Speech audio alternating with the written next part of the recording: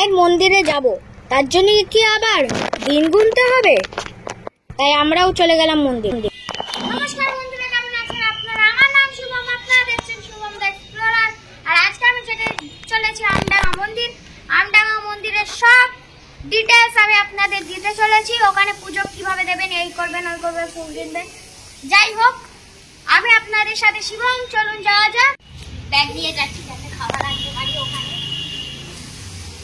এবার আপনাদের মনে প্রশ্ন আসতে পারে যে আপনারা আমডাঙ্গা মন্দির কিভাবে যাবেন। আপনারা দুভাবে যেতে পারেন। প্রথম, আপনারা নিজস্ব গাড়ি বা অটো যে কোনো কিছু আনতে পারেন। আর দ্বিতীয়, আপনারা বাসে করে যেতে পারেন। বারাসাত থেকে জাগুলিয়া যেই বাসগুলো যায় আপনারা তার মধ্যে যেতে পারেন। আপনারা যদি বাসে করে যান তাহলে আপনাদের মনে রাখতে হবে আমডাঙ্গা পুলিশ স্টেশনের পরে আপনাদের নামতে হবে।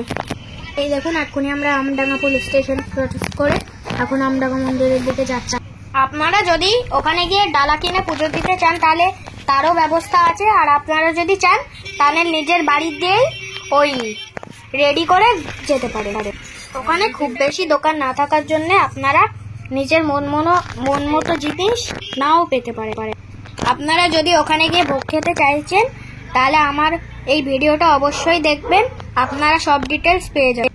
আপনারা যদি পুজো দিতে চাইছেন তাহলে আপনারা একটু তাড়াতাড়ি যাবেন, কারণ ওখানে লাস্ট পুজো হয় 1:30টার সময়, তারপরে মন্দির বন্ধ হয়ে যাবে। আর আবার বিকাল 3:30টার সময় মন্দির খুলবে, তাই আপনারা সেই হিসাবে যেতে পারেন। অন্যান্য মন্দিরের তুলনায় এই মন্দিরের কাছে অনেক জায়গা আছে, তাই এই মন্দিরটা দেখতে খুবই ভালো লাগে। আর আপনারা যদি নতুন গাড়ি কিনেছেন আর গাড়ি পুজো দিতে চান তাহলে এটাও এখানে হয়। আপনাদের মধ্যে কেউ যদি মন্দিরে গিয়ে বিয়ে করতে চান তাহলে সেই ক্ষেত্রে এটাও হয়। এই যে গেটটা দেখছেন এটা হচ্ছে মন্দিরের প্রবেশদ্বার। এই গেটটা দিয়ে ঢুকলেই মন্দিরের রাস্তা শুরু হয়। এবার আসি মন্দিরের মধ্যে কি কি আছে। আমরা যেহেতু মায়ের মন্দিরে পুজো দিতে এসেছি তাই আছে মায়ের মন্দির, তার সাথে বাবার মন্দির, তার সাথে রাধা মাধবের মন্দির এবং তার সাথে একটি পুকুর। এই সামনে যে জায়গাটা দেখছেন এখানে পার্কিং আছে।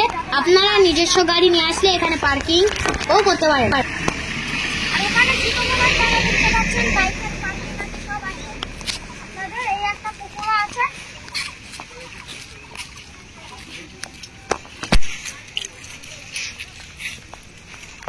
বেশ বড় জায়গা নিয়ে একদম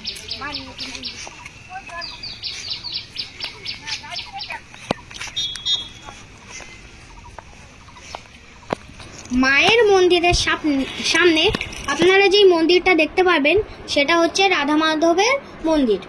এই দেখুন, এই যে জুতো রাখার জায়গাটা, এখানে আপনারা চাইলেই জুতো রাখতেই পারেন। সেক্ষেত্রে ওনারা কোনো টাকা দাবি করে না, আপনারা খুশি হয়ে যা দেবেন ওনারা তাই নেবে। আপনাদের যদি মন্দির সংক্রান্ত কিছু জানার থাকে তাহলে আপনারা ওনাদেরকে জিজ্ঞেস করতে পারেন, ওরা আপনাদের অবশ্যই সাহায্য করবেন। এবার আসি আপনারা পুজো কিভাবে দেবেন। এই যে জায়গাটা দেখছেন এই লাইনে দাঁড়িয়ে আপনারা নিজের নাম গোত্র দিয়ে দক্ষিণা দিয়ে এই পুজোটা দিয়ে দিতে পারেন। ওইদিন 10:30 11টার সময় এসে এটা পেমেন্ট করবেন। যদি কোনো কারণে আসতে না পারেন, শুনুন, উনি যেটা বললেন আপনারা হয়তো সেটা শুনেছেন, তবে এবার পুরো কথাটা আমি বলি। আপনারা যদি ভোগ খেতে চান তাহলে আপনারা সকাল 10:30টার মধ্যে যাবেন, কারণ তখনই ভোগ পাওয়া যায়। আর আপনারা যদি না পারেন তাহলে ভিডিওর মধ্যে একটা ফোন নাম্বার শেয়ার করা আছে, সেখানে ফোন করলে আপনারা ভোগের কুপন কাটতে পারবেন। এবার চলুন মন্দিরের উপরে যাওয়া যাক, কিন্তু মন্দিরের উপরে যেহেতু ভিডিও করা অ্যালাউড নেই তাই আমি আপনাদের দেখাতে পারবো না। তাই হোক চেষ্টা করব আমি দেখানো। আমরা যেহেতু শনিবার গেছিলাম তাই মন্দিরে অনেক ভিড় ছিল, যেটা আপনারা হয়তো দেখতেই পাচ্ছেন। এবার চলুন উপর দিয়ে আপনাদের একটু মন্দিরটা দেখানো যাক কেমন লাগছে দেখতে। এই মন্দিরটা যেহেতু চারিদিকে অনেক খোলামেলা তাই এই মন্দিরটা খুবই সুন্দর লাগে। আর এই যে সাইডে ছোট ছোট মন্দিরগুলো দেখছেন এগুলো হচ্ছে বাবা মহাদেব। এই মন্দিরের পুজো সিস্টেম অনেক ভালো। এখানে যত বাড়ি পুজো হবে তত বাড়ি এখানে অঞ্জলি হবে 1 ঘন্টার মধ্যে। প্রত্যেকটা মন্দিরের মতন এই মন্দিরে গেলেও আপনারা একটা মানসিক শান্তি পাবেন।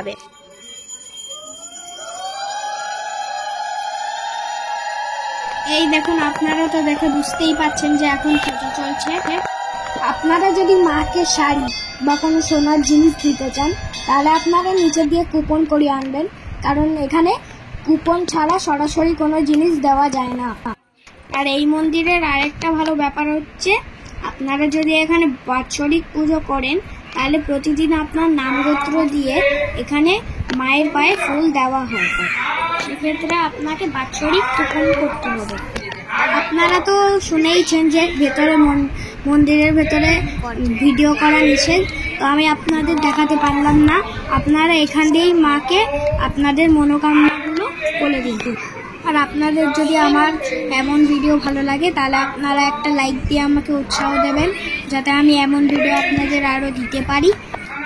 এবং আমার চ্যানেলটাকে সাবস্ক্রাইব করে দেবেন, এবং ফেসবুকে আমার একটা পেজ আছে সেটাকে ফলো করে নেবেন। আর আমি দেখেছি আপনারা যারা ভিডিও দেখেন তারা বেশিরাই সাবস্ক্রাইব করে নিন, তাই যারা দেখে তারা সাবস্ক্রাইব করে নিন প্লিজ।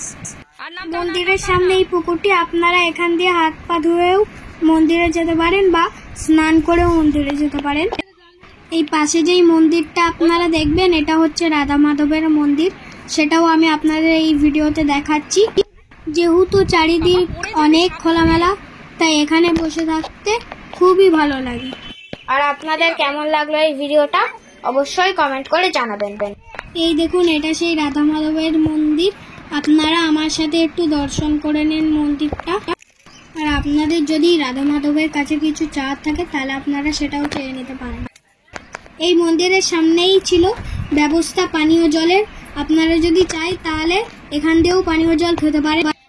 আপনারা যারা একদিনের জন্য কোথাও ঘুরতে যেতে চান তারা এই মন্দিরে অবশ্যই যেতে পারেন। এটা একদিনের জন্য ঘোরার একটা আইডিয়াল জায়গা, পুজো দেওয়াও হবে এবং ঘোরাও হবে। যেহেতু একটু বেশি গরম পড়েছে তাই এই মন্দিরে ঢোকার আগে গেটের সামনে আখের রসের দোকান ছিল, গরমে একটু গলা ভিজিয়ে নেবেন। Thanks for watching.